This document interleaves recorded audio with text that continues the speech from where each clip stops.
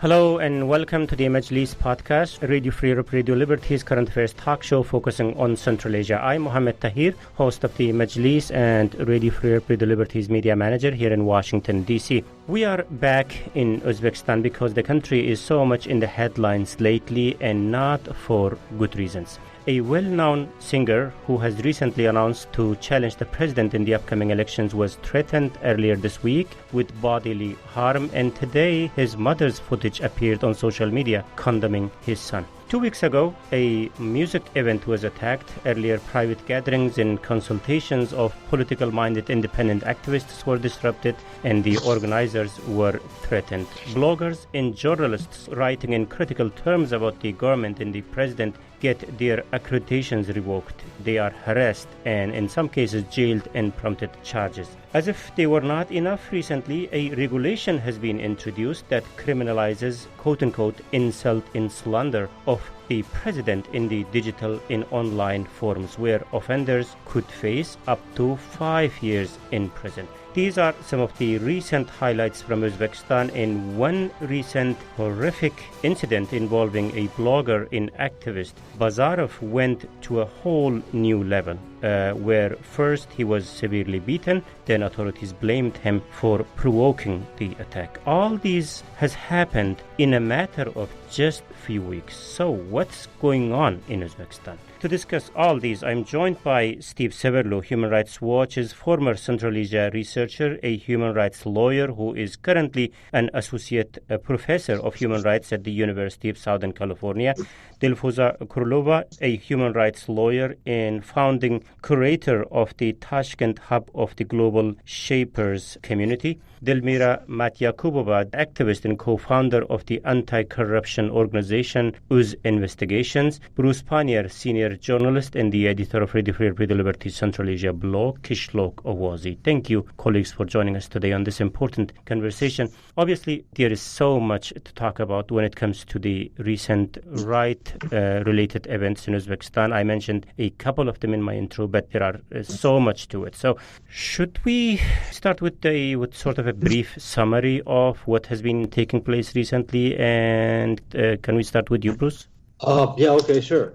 Well, there's at least three different things going on that I've been following anyway. One has to do with political parties, and the other one with the independent unions, and the other one with the media and the use of the internet. So, with as terms of political parties, now you mentioned the one candidate who was a singer, but there was another new political party that's trying to register. And actually, they got together and held what should be a founding Congress, but they were supposed to hand in their forms to register, I think, yesterday, although I haven't heard that actually happened. But they've been harassed and hounded since they announced themselves and came out publicly. ERK, of course, which was the first party that was ever registered in Uzbekistan after independence, and later banned. It has said that it is also looking to get to register candidates for this year's presidential elections in Uzbekistan. And then there's the independent union, Halk Birligi. They wanted to represent the rights of farm workers, cotton workers specifically, but there's other agricultural workers in there too, that work on these so-called cluster farms. And have had a lot of their rights stripped away, and in some cases their land stripped away. And then of course you mentioned the case with Miraziz Bazarov, and how that just kind of mushroomed into it became this. All of a sudden it was clear that official policy in Uzbekistan is anti-LGBT. And in the meantime, as you mentioned too, they put in this. Now they have a new law that's going to hold people responsible for insulting the president on the internet and posts on the internet. And of course, anytime you're talking about insult, this is very hard to define exactly. It's a very loose term, of insult. What is insulting? And under that, you can now charge people and put them in prison. And then of course the whole case with Bazarov himself, of him, advocating the rights of LGBT community, and then having thugs come and beat him up, and then the authorities turn around and blame him because he shouldn't have been supporting the LGBT community to begin with. And in the meantime, another group attacks people in Tashkent that were gathering for a purpose that had nothing to do with LGBT, but they mistook that for being their target, I guess. You're talking about this music through the crowd when people were yelling Allahu Akbar, and when you yell Allahu Akbar in downtown Tashkent, usually the response is a moan comes from every side of the city and takes you out as fast as they can. Yet this was allowed to happen. So, anything to add into the list and your perspective into the events described by Bruce, Dilfuza, Steve, Delmira, very briefly, so that we could move on and to talk about some of these things in details? Well, we could add, I think, the perspective of everything already mentioned by Bruce actually is correct, and we should be discussing them in detail. I think I would add the human rights dimension, and we could look at it from human rights dimension, principles of human rights, as well as from the perspective of Islam and Uzbekistan being as a secular state, secularism, and how does it look like in practice. Yeah, that was Delmira. Dilfuza, Steve, any particular observation that you would like to add at this stage? No, I think Bruce's introduction was excellent. I mean, March 2021 will sort of go down as a very critical sort of point of inflection. I was writing about a month ago that Uzbekistan badly needed a renewal of its commitment to human rights, a Navruz, and we've seen really the opposite. Things have gone in the opposite direction, and this is a point in time, and I'm sure we'll get to this later in the discussion, where anyone that is hoping to see progress or trying to defend human rights in Uzbekistan, including the international partners, should be really paying very close attention to where everything is going. And I think this is a moment that requires a lot of engagement, a lot of, as Dilmira just said, we have to get into the details of all of these different aspects, but there are far-reaching, really problematic and disturbing implications and repercussions of the way the criminal code looks, as Bruce already mentioned. And I think we may not even be able to imagine all the different directions this can go in. And so I think having this discussion today is the right time. Right. Dilfuza, anything to add?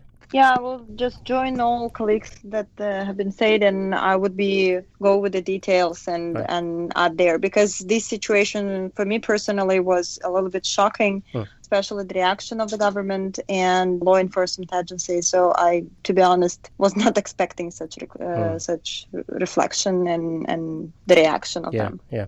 I'm just thinking about the best way to cover all of them with necessary details, with whys and what is, and also we have a 40 minutes segment that we need to keep in mind. Maybe we can start with the case of the Uzbek singer Jahangir Atajonov, who has recently announced his intention to challenge the president in the upcoming elections, despite he is sort of in exile in Turkey at the moment. I'm not clear about his status, by the way. So anyhow, today our Uzbek service, Ozotlik, has been reporting about his mother's video on social media where she condemns her son and pleading him to give up the idea of running for the office. Of course, this kind of thing doesn't happen in a vacuum. I'm sure she shouldn't pick up, her cell phone and decided to, curse her son and put that video on internet for herself. Steve, these things. How does these things work in Central Asia and Uzbekistan? Any thoughts about that? I'm just thinking back to the parliamentary elections in December 2019 when the OSCE monitors were there in Tashkent. And before the elections and after the elections, they issued some very straightforward international guidance, which again reminds Tashkent that free and fair elections means opening up the field in a meaningful way to allow independent parties and independent candidates to register. And, Bruce wrote an excellent piece recently where he reminded us of the history of all of these attempts beginning from 1991 to shut down the field, sometimes with violence, to prevent people from contesting the elections. And I think this is that time where we're about 6 months away, or 3 months before the elections in October, the elections begin. This is that moment when the authorities really must understand that this is where they're distinguishing themselves. This will be part of the OSCE's assessment. It will be part of the international community's assessment of whether Uzbekistan is holding elections. And clearly these attempts to pressure Khidir Nazaroglu and Jahangir Atajonov are problematic. They must end now. And I think what really disturbed me, I know a little bit less about Jahangir's case, but watching protesters, or I'm not sure what you can call them, provocateurs, walk up to the desks where the Olakulov party representatives were sitting in Tashkent trying to collect signatures recently for their registration. Oh, you are talking about the Truth and Progress Party gathering, right? Indeed, the Truth and Progress Party. And when we saw a video that emerged a few days ago when people walked up to people sitting at some desks and they immediately started attacking them with total impunity. And you know, just as Bruce said a few moments ago about the square in Tashkent where people were shouting and appeared to be accompanied calmly by police walking beside them, that there was another instance of sort of orchestrated or coordinated violence, which raises a lot of questions about who is behind this, who has told certain people that they're allowed to beat up others. And it just points to a conclusion that there seems to be a policy, there seems to be a decision at the very top to intimidate people that are contesting the elections or parties that are contesting the elections. And that sends a message that President Mirziyoyev is either feeling insecure, which I don't see why in any world he would, or seems to point to, at the very least, a security services establishment that is intent on doing things in the old way. You know, I will come to you, Dilfuza, just in a minute to ask your thoughts about the legal sides of, you know, people trying to organize political rallies or maybe trying to register a political party and gets in trouble. I mean, what the law says about this, the way it stands today. But before that, Bruce, just one more thoughts about Otajanov here. I mean, let's keep some background about him. I guess a couple of days ago, when some unknown people visited his office in Istanbul to give him quote-unquote brotherly advice, you had a story on that. Tell us about how we got to this point with Otajanov's case. Well, I mean, he's been outside the country for a little while, but the minute he started talking about running for president was when he came back on the radar of Uzbek authorities or something like that. But, the disturbing thing I think about that is the transnational nature of this. Here's a guy that's outside the country and says he might run for president, and almost immediately thugs appear at his office, tell him to drop the idea. It's kind of chilling. Just a suggestion that you would run against the incumbent is enough to make them implement like very extreme plans to keep you from having any chance of participating in the political process at all. Indeed. On a similar note, Dilfuza, it's kind of challenge at this moment to understand the political sensitivity behind the way authorities are reacting to any idea of getting involved within political process of the country by group of activists or by individuals, like in the case of the Truth and Progress Party or the Otajanov's case. I mean, the politics aside, what the law says, I mean, can those guys go ahead and register a party or create a party or announce their candidacy? Is there any problem with that legally? Yeah. Thank you so much. So you know that we have a law on political parties, and I just opened it to see the specific article, and Article 6 says that any group who would like to be united in a political party, they have to get 20,000 signatures from at least 8 regions. And it should be, these 8 regions should include the Republic of Karakalpakstan and Tashkent City.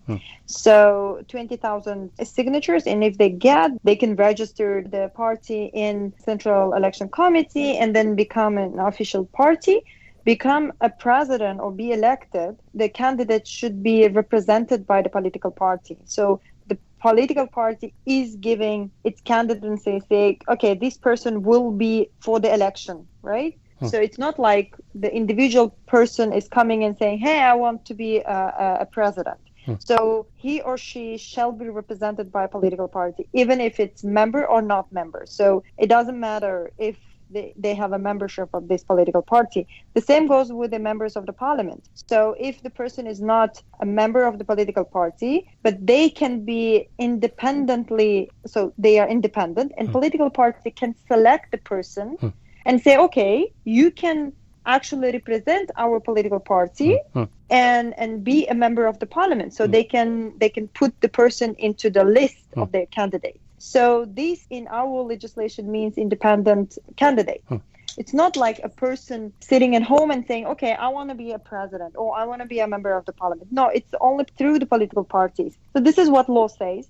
But in reality, we know that we used to have 5 political parties, and then we had 4. 2019, we got the registration of the 5th political party, which is the Eco Movement, right? So Eco Movement was transferred to Ecological Political Party. And I didn't see that they were, collecting signatures all over the country, calling people to be united, or showing their interest and, having political ambitions. So, for example, me, I got to know it from the news. So there was a news that fifth political party has been registered. I was like, oh, okay, now we have a fifth political party. So by the law, of course, it's clear what is the procedure, but we understand that execution of the law or what is on the ground is completely different. You really give us a good background in terms of the legality of those issues, the way things should happen during the election time or before the election time, or for someone to be a member of the parliament, rules and regulations for that. So is there any problem the way people are trying to use their lawful rights to register a political party? Or, is there any problem for someone, like I'm not an Uzbek citizen, but if let's say you are Uzbek citizen, next day you decide to be a candidate and you say, okay, I'm going to be, challenging the President Mirziyoyev in the upcoming election. Is there any problem for you to say that legally? Because why ask this question? Just simply for someone to say that word gets that person in trouble. So no, it's not a problem. You can claim, you can try to make it. Another thing is, will you be allowed to do it? It's another question. Yeah. So the question of legality, there is no issue on that. You can prove that you want to establish a party and you have a clear mandate. You have, for example, your followers. By the law, there should be a committee on settlement of the political party, at least 5 people. So you have a committee, you're collecting signatures and so legally, there is no any problem. It's the same with the NGO registration. Yeah. By the law, there is no any problem. On the legal side, everyone can get the registration. There is a set of rules by the Cabinet of Ministers and the Minister of Justice. So if you follow and get this set of documents, like, 10 type of documents, you submit it, and within a month you got answer. So, but other thing is, that some of the NGOs got 10 rejections, 18 rejections. So they got so many rejections without any clear answer why they got the registration rejected. So it's the same with the political parties. Legally, everyone can make it. If you follow the rules by the law, and then you got the signatures, you got the committee, you got the charter and everything. So go ahead with the registration. But other thing, do you think people can do it? It's another problem. How you get the signature registration? If you do it on the streets, then you have to get permission to organize a public event. So this permission has to be got from the Ministry of Justice or from other law enforcement agencies. So otherwise it will be illegal meetings, right? Or gathering of people. So, there are so many different things and stages that you should keep in mind. Or are you going to be online? Then do you ensure that these people are actually representing these 8 districts or 8 regions of the country? Then it's another question. So there are so many hidden stones on the ground that sometimes on the surface you cannot find it. But when you start the process, then you will find, okay, every single comma or every single word that you use in a charter, for example, can be accepted and be base for the rejection. Can I just jump in really quick and say the textured, nuanced analysis, the rich analysis that Dilfuza is offering here, of course, is not only is it, it's the letter of the law and it's accurate, but I think what's so striking to all of us is that no authorities appear to be engaging in any kind of careful analysis of the kind that Dilfuza is right now. There doesn't seem to be any discussion with Alakulov's party or with Eric about the details and whether or not they fit the rules. Same thing with the NGOs. I think what's so striking is that we see violence, we see intimidation. Of course, we have a lack of an independent judiciary. If these rules were actually challenged in the courts, it would be very difficult to win, but they're not even able to get even close to that stage. Given what's happened over the past few weeks, it's hard to imagine any sort of serious, reasoned discussions of the type that Dilfuza is having here, because they are shut out at the entrance door with these, what happened on March 11th when we saw a group of protesters swarming around the house of the Truth and Development Party. And you combine that, again, with this sort of atmosphere of hate and aggression, which we've seen around the other issues of LGBT and freedom of expression, that sort of points to this inexorable conclusion that this is really not not about rules and regulations. It's about a lack of political will at some very high levels to make good on legal commitments and obligations. Yeah, on just to add into that what you said, Steve, what I'm also concerned about is, these political rhetorics that you could try to use law in your favor in different ways, but now things are kind of getting violent. That's very interesting. I mean, recently we have seen with these protests and the guy who was beaten up. We will talk about that a little bit later. And also, just to end the political part of our debate, here's with just final comment about Mohammed Solih's intention, the leader of the opposition ERK party in exile. He just said, as I think Bruce earlier mentioned, that he just expressed his intention to file a candidate in the upcoming presidential election. Let's see how it goes. So, Dilmira, just to add to this part of the conversation, I just wanted to note that these occurrences and, persecuting opponents and challenging or basically preventing these new parties to form themselves. This is nothing new. It's autocratic regimes always do that. And it happened in the past. We know that those who were trying to, find refuge outside, the opponents of Karimov at the time, were brought by force. And so there is a transnational persecution, and that is nothing new. That existed before, that exists now. So no matter where you are, it's one Jahangir Attajani, going back to him, it doesn't matter where he is, they will find him, and they found him. So if anyone who challenges or tries to challenge the regime can be found and will be brought and will be tortured or persecuted if that is the case, if they go further. And that is where it is going now. Lashkurov or Atajanov, doesn't matter for them who they are, anyone who would challenge the autocratic regime. And one more just point on the law, presidential elections, or just like on the parties, I would like to add, I wouldn't consider it more practical. It is actually impractical in a way that forming a political party and gathering such number of signatures, to me, it is impractical first. And there will be, of course, the attacks like we are seeing now today, attacks and preventions, all that, just because it's typical, it's autocratic regime. Nothing has changed. On the background of these sort of tension, as you mentioned, Dilmira, I mean, we are talking about this in the first place because now, since the President Mirziyoyev came to power, there were expectations, at least expectations were raised outside that something is changing, and he gave lots of good pictures of the country outside. So, but suddenly, with the things that are happening in the country right now just doesn't really reflect the reality that he is trying to paint outside of Uzbekistan these days. So that's why it's an important story for us to discuss at this moment.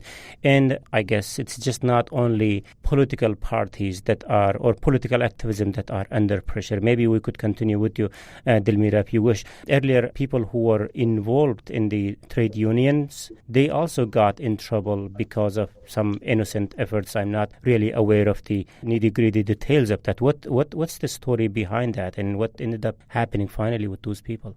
I think, as far as I'm aware, this is the first ever independent trade union. The kind of sort of association of people, right? Workers who want to defend their labor rights, who want to be free, who want to have decent working conditions, and that is a great thing. And it never happened in Uzbekistan. But is that they are challenged and they are again attacked by those who are afraid of their corrupt background, and they want to hide some things. Therefore, they don't particularly want a free trade union, a group of people going and fighting for their rights and just complaining about the bad, poor conditions, right? Who wants to be revealed of their corrupt practices or poor working conditions they are providing or not providing at all? I think, as far as I know, they were also raising the issues of wages. So low wages, poor working conditions, which are like normal. These are the questions that labor unions, trade unions normally should be discussing and fighting for rights of the laborers. But they don't. So therefore, they formed this new association, formed themselves, organized, which was great. But now they are being challenged. Now they're being attacked by these corporations. So the corrupt corporates or clusters, so-called clusters, they don't want independent voices revealing their secrets, kind of not secrets, but their flaws, right? That was it. But I would like to talk about also about these events regarding the LGBT rights. Yeah, we are going to talk about that just in a second, but I know we are also, it's such an interesting There's discussion. so many topics to cover. Yeah, there are a lot. Okay, let's go for that. And so on the top of all, we discussed activist Bazarov's case and the outrageous development surrounding the torture and later the authorities' allegations that he himself provoked the attack got lots of attention. So let's talk about this, and also surely to talk about the growing pressure on bloggers, media, and of course challenges of civil society and LGBT community in restrictive online and offline regulations, and also try to connect the dots why all these are happening now and whether they are connected to each other and where it is taking the country. Of course, we don't have answer to all of these questions, but let's try to make sense of this. So let's continue the Majlis podcast talking about these and many other questions very shortly.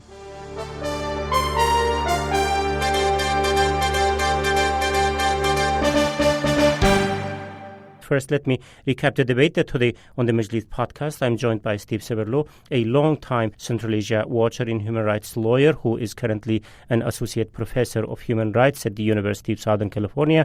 Dilfuza Kurulova, a human rights lawyer and founding curator of the Tashkent hub of the Global Shapers community. Delmira Mat Yakubova, activist and co-founder of the anti-corruption organization Uz Investigations. And Bruce Pannier, senior journalist and the editor of Radio Free Pre Liberties Central Asia blog, Kishlok Awazi. I'm Mohammed Tahir, Radio Free Liberties media manager and host of the Majlis podcast here in Washington, D.C., and we are discussing a growing pressure on civil society in Uzbekistan. So the case of Bazarov.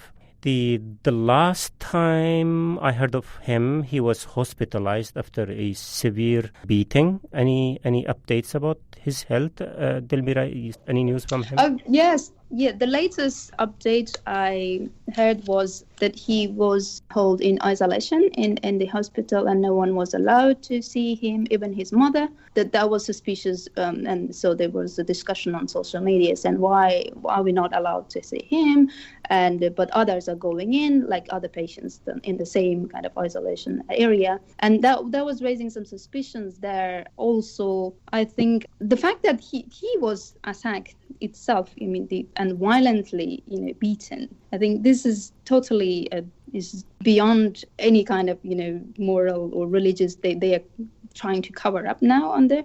This is just purely inhuman, and I think it's unacceptable. And there should be, and unfortunately, there hasn't been any condemnation of that. This shows something that there's a lack of moral leadership in the country, meaning, someone has to come out and say, hey, and regardless of our indifferences in our positions or on certain issues, violence is unacceptable under any circumstances. That hasn't been done. That is a huge mistake. I think on the contrary, the authorities, I don't know which ministry, on the contrary, they would blame him.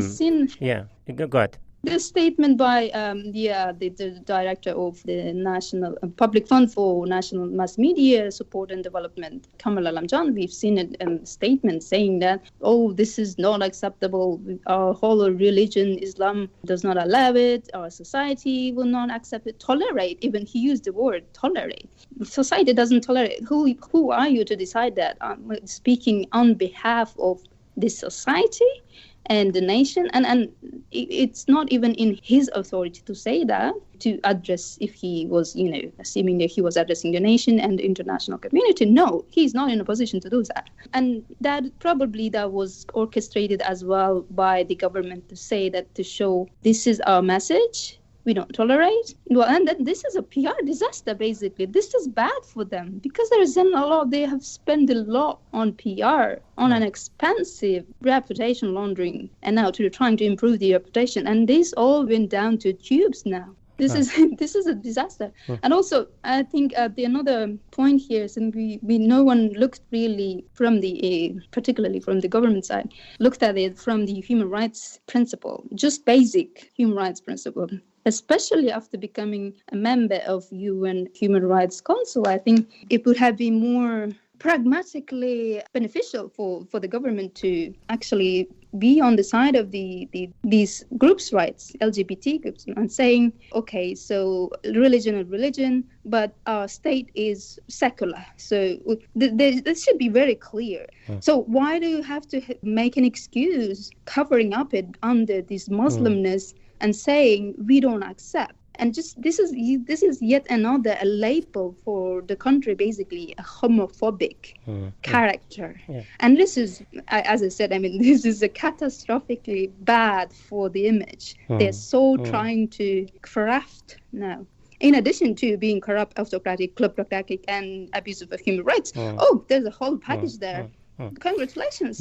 Yeah, let's also take Dilfuza's legal views on that. I mean, I see so many problematic things happening in this case. I'm not, legal expert. I don't know where we stand on the legal basis. First of all, I also really don't understand why this guy's in trouble. I mean, yeah, he does criticize government. Yes, lots of people do that. And, also, I think he urged at some point, like same-sex marriage should be decriminalized. I think I have seen it somewhere, someone talking about this.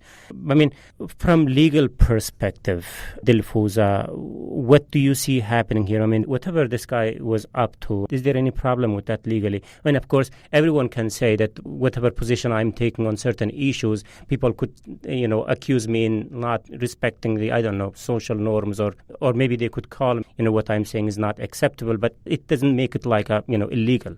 So from legal perspective, Dilfuza, what's your take on in this whole issue? Thank you so much. Thanks, Delmira, for general overview of what happened. And so I can see a couple of issues here. So one issue, we have to clearly identify what are we talking about now. So if we're talking about 28, if I'm not mistaken, April was this situation. Then 28 March. Separate thing. Yes, 28 March. It was a separate situation, and after March 31 is another situation because can we also, Dilfuza, explain to our audience, for them who might not be aware of what we are referring to when we say 28 March event and 31st March? Yes, 28 March, there was on the streets, there was a march of people who say that they are against of LGBT community. And what I observed, because I was not in the city, but then on the media, I saw that they the two people were beaten up. So they were teenagers, I guess. And then at the night of that day, blogger Bazarov was beaten severely near to his house. And now he's hospitalized. And what the media says, he was in need of a neurosurgeon, if I'm not mistaken. So there are like two groups are opposing what I observed. So one is very democratic. The blogger is saying that we have to decriminalize Article 120 on same-sex relations. While another group is saying it's against of our religion, mentality, traditions, and etc. So they are opposing to each other. So these two groups are clashing, what we observed. March 31, there was a couple of laws adopted, and they entered into force in March 31. One of them is not only, so we used to have in criminal code and administrative liability code, and to these codes, that it's prohibited to organize unsanctioned meetings or protests against the order, against the laws, and against the Constitution of the Republic of Uzbekistan. But then new law introduced, and so they changed this disposition of the law and says not only organization, but also propagating or calling people to ruin the order, the security, the law, and the Constitution is now prohibited. So as you know, the law is not retroactive. So what has happened before the entering of the force, it's not considered according to this law, right? So the event happened, and Bazarov's media outlet, or what he was saying on his TikTok and Instagram, or I don't know, I didn't follow him apart from Facebook, but whatever he said before March 31, it has nothing to do with new introduction to law. So now the investigation is going on. as a lawyer, for me, it's important that the law enforcement investigation and the court will take this into consideration. So they will not charge people for the actions when it happened was not into force. So this is one thing. Another thing is, of course, maybe some actions of both these groups were a little bit violent. However, all actions has to be considered and has a qualification according to law. So whatever people made against the law, like breaking the law or breaking human rights, they has to be charged, and it should be fair trial. So as Delmira was saying, what has ruined the reputation of Uzbekistan, I think can be restored only if there will be a fair trial, an open investigation. If we have open investigation, transparent, accountable investigation, then I think the reputation can be restored. And also we need a fair trial, and it should be open. So people who were beating these teenagers, or 3 people in masks who came to Bazarov house, they has to be also in the court, and it should be open court hearings. The same with Bazarov's case. I don't know if he was like literally calling people to go against the government, to go against communities and etc. So yes, maybe he has to be called to the court as well, but then it should be open and transparent. It's not like it would be a closed trial and no one will be knowing what is going on. But then what's the point of rule of law? So Can I make a short point on that? Yeah. No, I really appreciate, again, Dafuz's legal analysis. And just on that, in terms of Bazarov, I mean, I think here it's really important. Again, this is all happening just not even 2 months after President Mirziyoyev pledged at the Human Rights Council that human rights would be central to his reform. So here it might be useful to remind ourselves of what the European Court of Human Rights has said on freedom of expression. Freedom of expression constitutes an essential foundation of a democratic society. It's not only applicable to information or ideas that are favorably received or regarded as inoffensive or as a matter of indifference, this is the court speaking here, but also to those that offend, shock, or disturb the state or any sector of the population. So I think it's really important here that we should have a public voice, and preferably the president himself should be reminding everyone that freedom of expression is difficult, freedom of speech is hard, but it requires a balancing, and it does always have a place for satire, for sardonic and critical expression of the type that Bazarov was engaging in. I mean, there's no debate that he offended a large segment of the population, but the question is, does human rights law, does international law, does constitutional Uzbek law allow for that? And the answer is yes. The answer is that freedom of expression requires a balancing. And so I think any discussion of prosecution of Bazarov is also chilling, and it sends a message, of course, to the media, to journalists, to bloggers, that it's sort of open season. It's going to lead to self-censorship. And I think many people are just going to be cowering in front of their computers, not sure whether or not they should write this or write that. And that'll have a long-term, far-reaching bad implication for society. I guess you brought us, Steve, to the area where I wanted to take the discussion to in the first place. That's the recent regulations about the media or social media, or digital media, or the idea of, what was that? The criticizing the president could be regarded as what? Slander or something like that, and which is punishable. So could you talk a little bit about that regulation? I mean, I'm just kind of playing dumb here, but we also need to have a kind of a proper context in the discussion that we are having. So what this law contains, and what does it say, what we can do and what we cannot do? What are the limits? Well, the new law raises a criminal penalty for insulting the president of Uzbekistan to 5 years, which puts Uzbekistan into the category with its other neighbors, unfortunately, in Central Asia. And when you put that together with the law on informatization and the other laws that Dilfuza was referring to, where essentially the internet has now been included as a form of distribution for which you can be prosecuted, you put this whole thing together and you see a general environment which is very forbidding and very intimidating for bloggers and journalists. And I think it just adds to the sense that anything can happen, and that the line between what's acceptable and what isn't is at this point extremely unclear. Can I add, please, here? Yeah.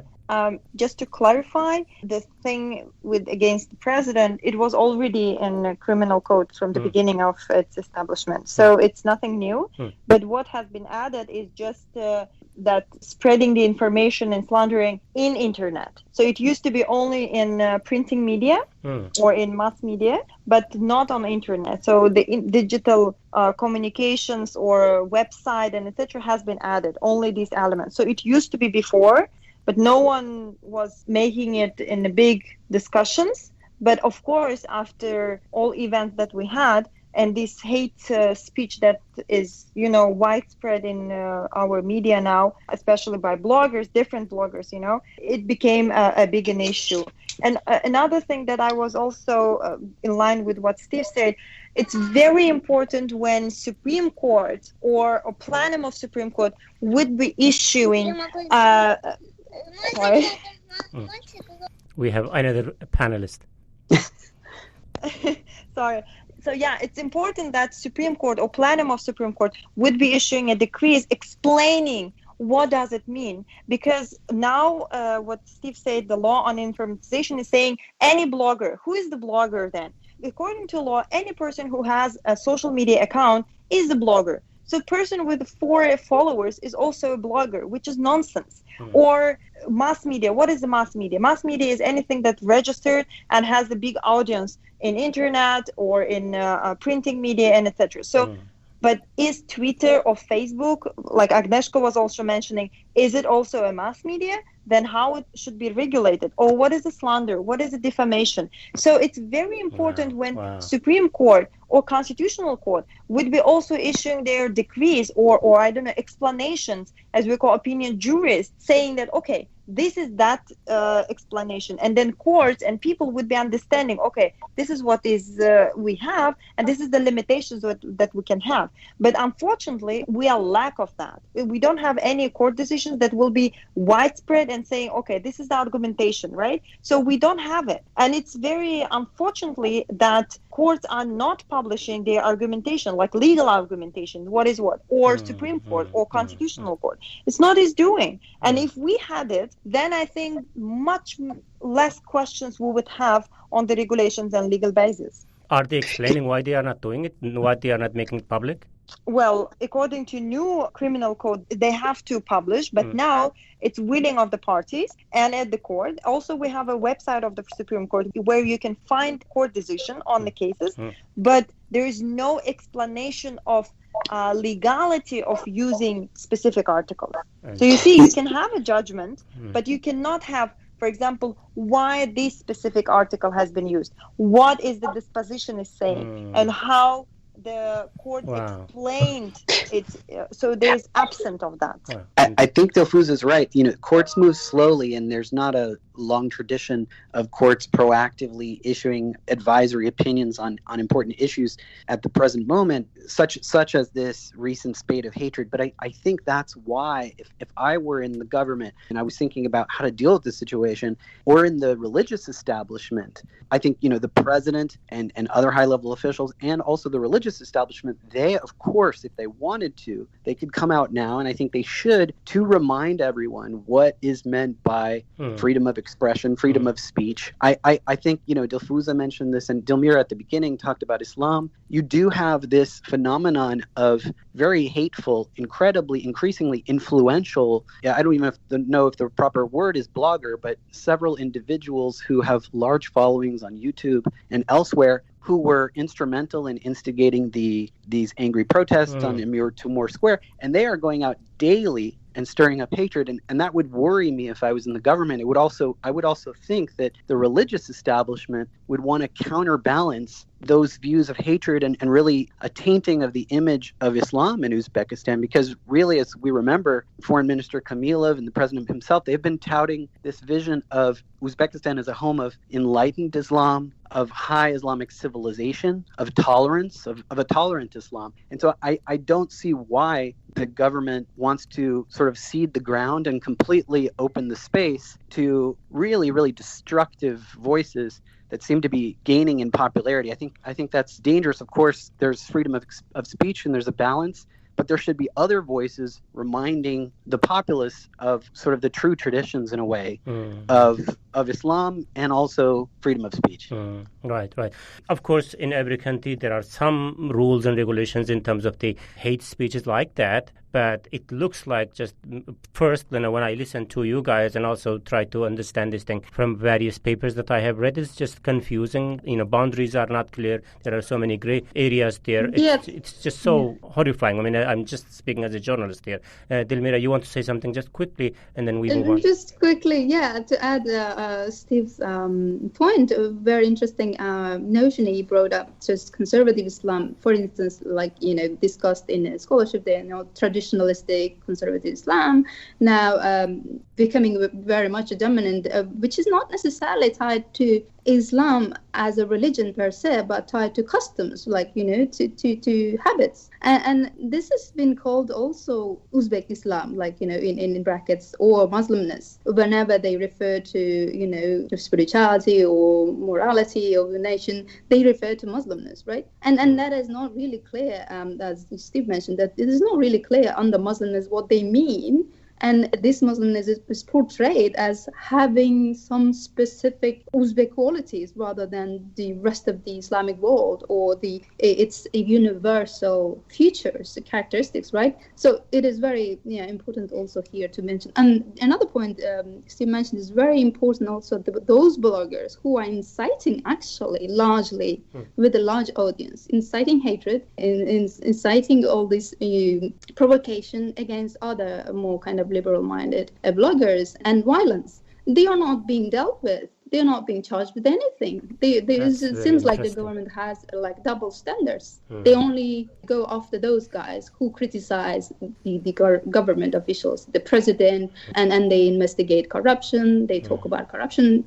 Case in point, Miraziz Bazarov was criticizing the government and president and talking about corruption, and he is very serious about that. I mean, he talks with factual evidence, and not just slander or insult. It's not like that. Also, another point to Dilfuza what mentioned about the law, very interesting about the ambiguity of these terms, that there is no difference between social, printed, and the media, just basically official media. Yeah. So it's very important because there is no, I agree, there is no definition, and there is no a line between what is Twitter, what is it official, is it media, is it just social media? And that's why there was this Article 19, the organization had made 2 years ago a whole list of recommendations asking the government to make that differentiation, to make that definition very clear, so that bloggers and these people, whoever will have the social media account is not targeted, because right now we have that problem, and that is huge. Yeah, but thank you, Dilmira. We are way out of time, and thank you, Bruce, being so patient today. Our guests had a lot to say. Earlier, Bruce and we were talking about somewhat in a surprise terms that we never expected Uzbekistan to be a shining spot anyway, but so many back steps in such a short time kind of surprised us what is really happening. So, Bruce, let's end the conversation with you. I have 2 points to ask. First is, we already know that there are so many ambiguities about the latest regulations on online media. So just to get your kind of practical answer, if you were to be an Uzbek journalist in Uzbekistan, what would be going through your mind when you would hear all these discussion in the country? And this, let me ask my second question later. Let's go with this first. Well, I mean, I suppose, and it ties into, of course, there's a presidential election this year, that my first thought would be I better not say anything about the president at all, unless it's something good, or I'll get into trouble, and they're going to be watching it, and that's just horrifying. Someone says, did you see Mirziyoyev's tie was not straight or something, and you sit there and look at that on someone's social network and say, do you like that? Do you comment on that? Who knows what Is that going to be an insult or something? Are you going to all of a sudden you're going to come under investigation? So Exactly. you just leave him alone as a topic totally, unless you have something you're absolutely sure is going to be favorable if it comes to his or the authorities' attention. Bruce, don't you know that crooked ties are the new the new trend? Of course, if the president's tie is crooked, that means everyone's tie should be crooked. Well, I was going to use a much more stranger example of if you criticized him for comments that he made about farming and the storage of tractors, would that be insulting him because he actually has a degree in mechanized farming, agriculture? You could say, how dare this idiot question our president's knowledge of tractors? That's insulting. Wow, very interesting. Yeah. Very tragically funny stuff there. So, Bruce, let's end the conversation with the final point, and I just wanted to give you floor to close the conversation here. So, as we discussed earlier, like a lot has happened during a couple of weeks recently in Uzbekistan. When you put all of them together and try to connect dots, what do you read what's happening and why it is happening, and where our eyes should be going forward as to what comes next? You mentioned a while ago that we've always had our concerns about what the reforms in Uzbekistan, how far they're really going to go. There's a difference in what they've done in their foreign policy, which is actually clearly different than it was under Karimov in the last years. But they've been real close about what the policy is toward domestic reforms. Mirziyoyev has mentioned that he supports journalists and free media. He said he stood behind them when they reported and they shouldn't pull punches. But he hasn't said anything much about registering independent media outlets. He did mention that he wasn't opposed to having opposition parties in the country, but I think his exact quote was, "But they have to come from within. They must have been drinking the same water and eating the same bread as the people of Uzbekistan for years," right? Well, that does fit the description of Eric, certainly, and of the Truth and Development Party too. So here again, it shows that really wasn't sincere. But it's kind of disappointing because the government keeps portraying itself as being different. We're a reformist government. We're much more tolerant. We're much more inclusive in terms of having the society participate in the politics of the country, and it's just not panning out. Like I said, I've been rooting for him ever since he started making those statements in 2016. I've been going, God, I hope this is true, but I've been watching, and unfortunately, it doesn't pan out that way. What he says about domestic reforms and what actually happens are two different things. And now, of course, we got a presidential year, election year coming here, so. And it just seems the LGBT thing, it's not a closed question now. It's an open question that's going to keep coming back. It was, as I said when we were talking, it's that one I don't ascribe to the fact that there's a presidential election coming. But as far as the union and certainly the political parties, that is part of, if you want to participate in the process, which publicly, Mirziyoyev himself would say he's all for people being involved in politics. Then you have to register, and you have to be able to meet and hold your founding Congress and gather signatures without fear of being attacked, and all kinds of things. And now it just kind of shows that a lot of the stuff the government has been saying for years, they weren't serious about it. When it's time to put your money where your mouth is, and all that stuff, they're not willing to go that far. Just a final thing, Bruce, kind of future-looking perspective as to a lot has happened during a couple of weeks recently, and you mentioned that in details. So based on that, when we look into the future, and they also considering that the presidential election is coming up later this year, so where our eyes should be as to what comes next after this stage? Really, I'm looking more at the international reaction to what's coming, and it's been there has been reaction to what's been happening recently. It's been not very strong, and not as strong as I could wish, certainly. When he wins this election, they don't register a genuine opposition candidate. If they run the same kind of people that are just there as props, like they've done in previous elections, then it's time to concede that this just isn't what the government has been promising. Uzbekistan has gained a lot of goodwill for its words, and Mirziyoyev smiles all the time and says, I'm for rights, and I stand behind journalists and all kinds of things. But when this election happens and he wins, which he would do anyway, as Steve pointed out. out. He would win the election. Even if they had opposition people, he would win. But if he wins in typical style of the country, what we've seen in Uzbekistan, are people still going to look at this as a great investment opportunity in Uzbekistan? Are they going to look at the country as a reliable partner for security agreements, whatever, trade, all kinds of things, or are they going to see that, this has all been a sham?